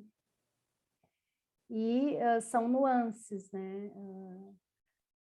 Porque também outra delas, aí pensando no setting clínico da psicanálise, no divã, que a gente tem tido saudade, a gente tem atendido muitos de nossos pacientes em forma remota, mas enfim, o paciente está lá no divã, a gente não está sob a égide do olhar, né, que você tanto falou, e ele está falando, e daqui a pouco levanta as mãos e faz esse gesto aqui, enquanto diz alguma palavra. Quer dizer, transborda divã para fora. E eu queria te escutar um pouco mais em relação à performatividade, como é que ela casa em relação à gestualidade, ou mesmo até a mandinga, o que isso tem de pontes de interlocução possíveis e, ao mesmo tempo, como a gente pode, né, como psicanalistas, e acho que você tem a contribuir com o nosso campo, né, bastante, expandir essa cosmopercepção, essa escuta, olhar, leitura, corpo, né? Como que você vê isso?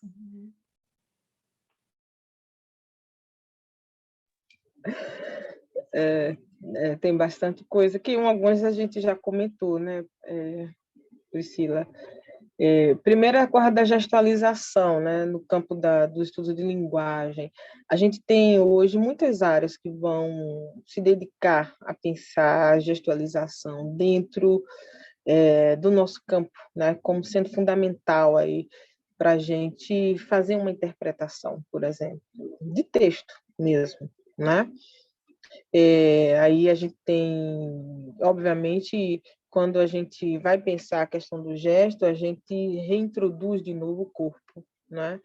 Ali muito juntinho, misturado com a linguagem, né? Então, o pessoal da neurolinguística, a própria análise do discurso, a pragmática, né? Tem o pessoal da linguística textual que tem uma perspectiva muito interessante de entender a questão do gesto, entende como objeto de discurso, e quando a gente está, né, nessa produção ou interpretação textual, né? E aí texto não é só o que está escrito, né? Tanto que o que está no corpo, o que está no quadro, o que está na escrita, o que está na fala, tudo isso é texto. E aí eles vão discutir, a Loreza Mondada é uma das pessoas que vem discutindo isso, que essa gestualização ela precisa entrar nas nossas discussões de linguagem mesmo, né, como ela é a área dela, na arte do discurso e linguística textual, né, porque tem muita coisa que acontece ali, justamente, né, às vezes o que a boca silencia, o gesto, o corpo, o olhar, né, isso nos traz aí de significante para a gente entender o que está acontecendo ali naquele momento, né? Então, o gesto é fundamental para a nossa área, obviamente, aí numa perspectiva semiótica de pensar a linguagem, né? A semiótica, ela aparece lá no Saussure, né? Como sendo aí a ciência que estuda os signos e só, né? Ele fica ali, né? Diz que a linguística, né, está dentro da semiótica. Aí a semiótica, por muito tempo, tem estado aí fora do nosso campo de estudos, né? E mesmo a linguística aplicada, que é uma área, entre aspas, mais aberta, vai trazer a semiótica aí recentemente, assim, algumas décadas só. A semiótica, ela é fundamental para áreas como as nossas, eu imagino, né? Um professor, uma professora, né? Ela entender que dentro de uma aula, né, desse acontecimento que é uma aula, né, a gente ter a possibilidade de interagir com esse gesto, com essa corporeidade, e isso ser um componente fundamental de nossas aulas, eu acho imprescindível para a nossa profissão, pelo menos, né?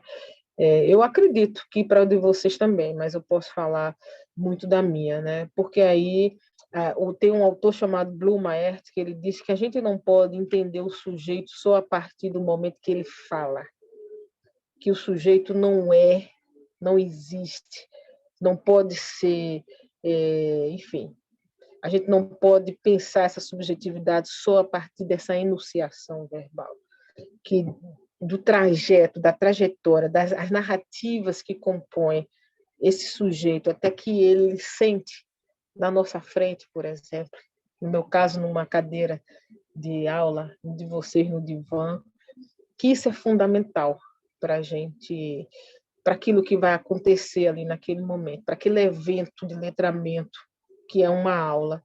E eu diria que uma sessão de terapia também é um evento de letramento, né?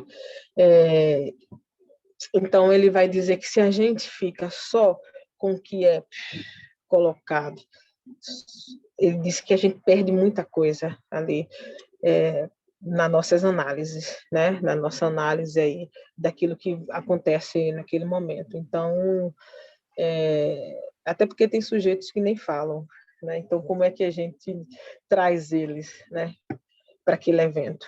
E como é que a gente vai produzir leituras, né, daqueles sujeitos que têm aí, por uma série de razões, uma certa interdição do seu dizer, por razões várias.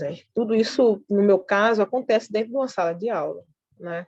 Então, aí os gestos, né, que nada mais é que esse corpo, aí esse corpo físico, né, é fundamental para que no final da aula, ou no meio da aula, ou durante o exercício, eu consiga chegar e dizer: e aí, tá tudo bem? Você tem alguma coisa que esteja falando, ou não sei o que não esteja, sei lá, que não esteja legal? Você precisa de alguma coisa? Sei lá. Então, isso compõe, né, esse meu exercício, que sim, não tem como, D'Amico, passa, né, pelo olhar, e aí essa ideia de poder a gente expandir para além desse olhar, pelo menos assim, a gente deslocar esse olhar para ele não fixar, né, e entender que as pessoas são para além do que daquele evento de letramento, no meu caso, que é uma aula, né, que depois aquele mesmo sujeito vai sair da porta da minha sala e vai ter uma performance que eu vou dizer: ué, engraçado, ele não parecia ter essa característica lá dentro da sala de aula. Então, tudo isso, né, acontece, e muitas vezes vai ser captado não pelo verbo, né, que pode ser falado e escrito, mas principalmente pelo corpo, pelos gestos, né, e a gente entender, como diz a Mundada, os gestos como esses objetos discursivos sobre, né, os projetos de dizer dos sujeitos, né? Então, nesse dizer que não se traduz no verbo, mas se traduz no corpo, né? Então, sim, a performatividade aí super casa com essa perspectiva, né? Principalmente quando a gente amplia, vamos dizer assim, se pode dizer essa palavra, e para pensar performance, né? Que aí, se na performatividade, né, a gente tem aí com o Austin essa coisa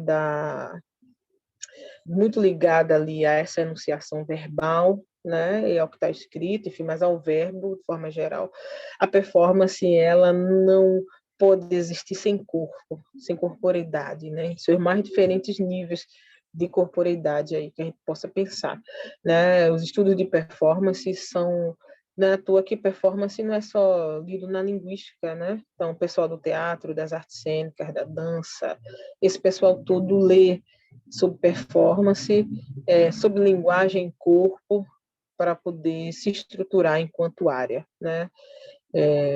A gente vai no bojo desses estudos, né, que vão trazer o corpo como um significante, né, os gestos como significantes para a gente pensar aí as questões de linguagem, né? Aí a mandinga aí nesse caso, Priscila, ela tem muito a ver com essa forma particular, a meu ver, né, que as populações negras na diáspora aí se relacionam com a linguagem, né? Não é à toa que para pensar mandinga a gente tem que pensar ginga, que está tão presente na capoeira, por exemplo. Não é à toa que para pensar mandinga a gente tem que pensar memória, que é fundamental para a população negra, principalmente nessa perspectiva da Leda Martins, de uma memória que se reveste, se traduz, né, se traveste no corpo, né? Para pensar mandinga, a gente tem que descentrar o lugar da escrita como sendo esse lugar único e privilegiado, né, de comunicação, vamos dizer assim, e trazer esse poder ancestral que a oralidade tem para essa população, né? Para pensar mandinga, o corpo não pode ser visto dissociado da mente, né? Não é possível ficar nessa classificação estanque que nos tem sido colocada aí dentro do campo da ciência desde sempre, né? Em uma perspectiva metafísica de ciência, em que eu penso, logo existo, só que alguns pensam e outros não, né? E essa ideia de se pensar também é muito relacionado com uma distinção racial, né? Então, é como se a gente pudesse dissociar só alguns sujeitos têm esse privilégio do pensamento, da intelectualidade e outros não, né? Obviamente, isso também tem outras questões, né? Uma visão matemática de ciência e etc, etc. A priorística de linguagem e tudo mais, né? Para se ter mandinga, essa dissociação que geralmente uma visão estanque de identidade nos dá, ela é complicada, né? Porque aí está tudo junto e misturado, como diz o pessoal do hip hop. Então, a Cassandra, por exemplo, mulher, mãe, parceira, filha, praticante de religião de matriz africana, pesquisadora, não sei o quê. Elas não têm, embora óbvio, né, que os contextos elas acabam acionando lugares em que uma coisa possa estar mais predominante que outra, né? Mas a ideia é que tudo que eu esteja falando aqui, que vai inclusive para além do que as minhas palavras conseguem alcançar, né? Porque eu não sei se a linguagem dá conta, né? Se a gramática que a gente tem dá conta de tudo que vem dentro da gente, que isso não esteja dissociado, né? Que, na verdade, eu só consigo dizer algumas coisas aqui porque eu pratico X religião. Eu só consigo dizer alguma coisa aqui porque eu tive a formação específica na linguística textual, além da pragmática, na minha formação. Eu só consigo dizer algumas coisas aqui porque eu vendo a família que é colocada nas classes mais baixas da sociedade, então eu não consigo dissociar as minhas pesquisas de classe, por exemplo. Não consigo tratar raça, gênero, sexualidade sem entender que isso também é intercalado por classe. Eu não consigo. E aí a ideia de não dessa dissociação que o tempo todo nessa dicotomização que é tão presente em nosso campo, a ideia de Mandinga, ela vai dizer o seguinte, que esse lugar que geralmente se coloca esses corpos dissidentes, né, para trazer aí de novo esse conceito, esse lugar estanque que nos é colocado, e aí eu vou discutir Mandinga a partir dessa atuação no campo da linguagem das mulheres negras, das intelectuais negras, tem muita gente que vai nomear isso como não lugar, né? Não lugar. Eu tenho muito problema com essa ideia de não lugar, né? Porque, de novo, né? Parece que a gente então precisa estar em algum lugar muito bem estabelecido, fixado e resolvido, né? Então, esse não lugar me coloca de novo, para mim, uma certa prisão, né? Então, se eu não sou a acadêmica, se eu não me vejo ali, eu não me vejo em outro lugar, não sei o que, não sei o que, eu não sei se é desse jeito, né? Eu acredito que não. Eu gosto muito de uma noção que o Homem Baba vai trazer chamada in-between, que se a gente fosse traduzir seria em entre, que é uma coisa assim, não tem que ser eu isso ou aquilo de forma estanque, né? Mas isso é enquanto aquilo está acontecendo, ou seja, é um lugar de produção, não é um lugar de imobilidade, que a ideia de não lugar geralmente fica associada a esses grupos, né, sociais. E aí, para mim, a noção de encruzilhadas tem sido fundamental. É um conceito que está na obra da Leda Maria Martins, desde os anos 80, mas é uma linguagem que faz parte das práticas africanas ou de matriz africana, né, porque é uma reinvenção que se tem aqui de África, né, nesses cultos, desde sempre, né? A encruzilhada é o lugar, para mim, das possibilidades, né, de olhares, inclusive desse exercício que eu falei da gente não, né, fixar, né, os sujeitos, né, desses lugares que geralmente o nosso olhar limitado os coloca, né, e as coloca. A encruzilhada tem sido um lugar de mobilidade para mim, para essa população negra, para essas mulheres negras, né? Então, onde às vezes só nos querem ou empregadas, ou mães, ou a acadêmica que não pode ter uma relação afetivo-sexual, ou uma pessoa que tem que odiar gente branca, ou não sei o que, a gente diz assim, opa, peraí, eu quero brincar com as opções que eu tenho aqui. Eu não quero me limitar nem ser limitada por isso. A encruzilhada, ela no mínimo nos dá uma visão panorâmica de onde nós estamos. E aí vem, aí sim, o processo ético disso, das escolhas, né? Se eu tenho possibilidades e eu escolho X, né? Qual a ética está presente na escolha que eu fiz. Aí são as questões existenciais que a gente tem enquanto profissionais, né? Se eu tenho possibilidades de deslocar, por exemplo, esse olhar, né? Mas eu escolho ficar ali sempre naquela fixidez, isso eu não posso dizer que é porque eu não foi me dado opções, é porque eu optei por praticar a linguagem dessa forma. Então, para mim, esse lugar das encruzilhadas, ele é um lugar mais interessante do que esse não lugar, né? E aí, né, Priscila, se Mandinga, né, é justamente o momento da performance, a gente só vai saber o que vai acontecer, a gente só vai entender que perspectiva está presente ali, a gente só vai poder se relacionar com aquele sujeito no momento da performance, né?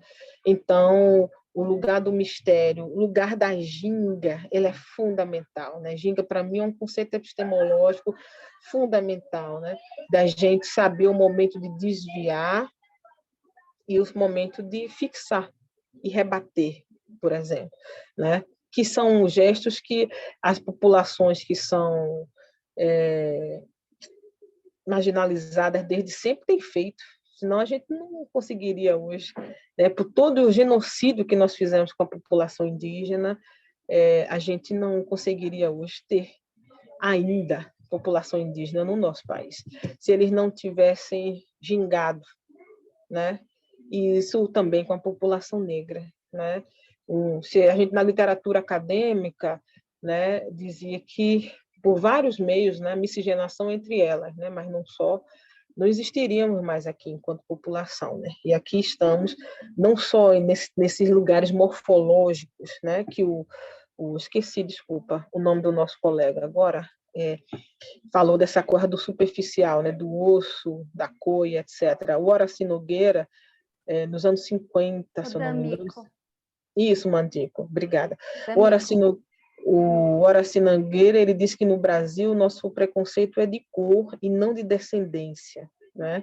Então, quanto mais escuro, mais afeito aos preconceitos você tem. Então, para a gente não vale, por exemplo, a ideia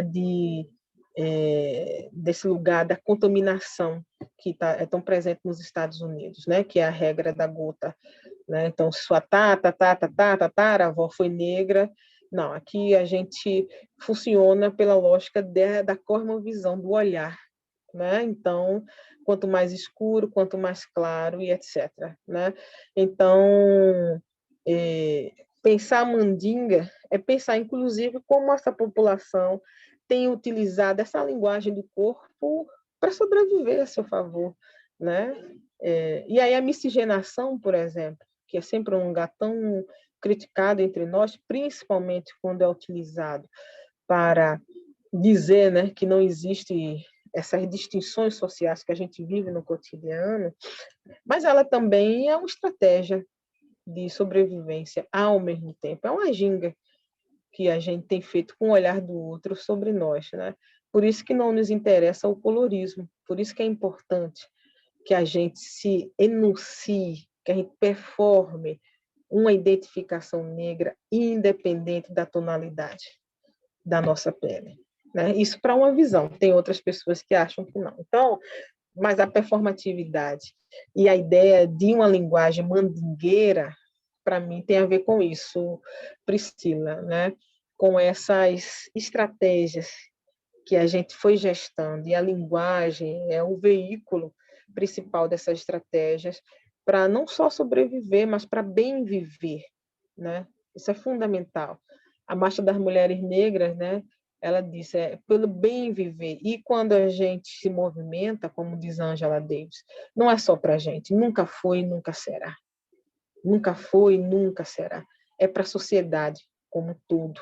É pelo bem viver de todo mundo. Então, acho isso uma grande revolução do cotidiano e que vem sendo feita travada na linguagem, nos estudos linguísticos, na linguística aplicada, na análise do discurso, por uma intelectualidade negra e branca, que vem entendendo o seu lugar de ação também para a gente transformar isso aqui tudo numa coisa melhor para todo mundo, tá? Ah, muito bom. Nossa, dá vontade de ficar te escutando horas e horas, né? A gente tem horário, eu adoraria até abrir para mais perguntas, mas eu vou precisar passar para a Yasmin, fazer uma fala de encerramento e também para ti, pelo adiantado da hora, né? Mas já tem alguns comentários também, se você quiser, dando uma espiadinha, né? Yasmin. O pessoal está elogiando aí, né? E eu super te agradeço, Cassandra. Nossa, gostaria de ter mais tempo ainda para falar, né? Mas quem sabe em outros momentos a gente consiga se encontrar de novo. Peguei várias referências de leituras que tu passou. Tu falou sobre a circularidade, né? De fato, a ideia não é que esse grupo termine agora, né? Terminou os encontros deste ano, mas é que a gente possa continuar ano que vem, né? E seguramente algumas dessas tuas indicações aqui farão parte das nossas leituras. Então, assim, Cassandra, eu não tenho assim, eu tenho coisas para falar, mas aí, né, seria sobre essa discussão teórica, né? Assim, eu tenho para te agradecer. Muito obrigada pela tua disposição, né? Pela tua presença. Tá? Adorei te conhecer, te conhecia dos textos, te conhecia assim corporalmente, né? Embora mediada pela tecnologia. E obrigada, assim, a todo mundo que está aqui também, né, pela atenção, pela presença. Agradeço também ao convite, a escuta atenta, né? E desejo aí vida longa ao grupo, tá bom? E, obviamente, tudo, né? Acaba, parece que todo ano que vem algumas mudanças acontecem, mas espero que vocês mantenham essa chama acesa aí, de ler, de estudar, de ouvir, de se ouvir, né? Porque a gente está implicado no processo também. E vai ser sempre um prazer, né, fazer aí as discussões e manter aí o diálogo em aberto, viu? Mas vida longa e axé para vocês e para nós aí, para o nosso país. Tá bom, Cassandra, uma salva de palmas. Muito obrigada. Maravilhoso, maravilhoso. Maravilhosa a conferência. Nossa, dá vontade de te sequestrar e continuar. Olha, agora só presencialmente. Sim. Eu estou cansada. Ai, tomara que a gente consiga. Vamos pensar nisso, com força. Não, mas um prazer mesmo, e assim, óbvio, né? Assim, é um tempo, né, que vocês também fizeram um investimento nele, né? E eu agradeço muito, porque a gente é intelectual de diferentes formas, né? Não há dúvidas. Mas, mesmo assim, eu tenho dito não para muita coisa, porque foi um ano pesado, né, gente? Mas eu achei tão interessante a proposta do grupo, assim mesmo, de fato. Eu realmente torço que vocês continuem, porque a gente precisa de gente disposta, como eu estou imaginando que o grupo é, tá? Então, vida longa mesmo, de verdade, aí, para as suas ideias e para as suas práticas também. Vai continuar assim o grupo da Yasmin, estudando linguagem em 2022, aqui pela conversa, e obrigada pela presença de todas e todos e todas. Bom, gente, preciso dar boa noite, liberar a Cassandra também para descansar, para a gente descansar e só agradecer. Tchau, tchau. Presente de Natal. Verdade. Boa noite, gente. Boa noite. Boa noite. Boa noite.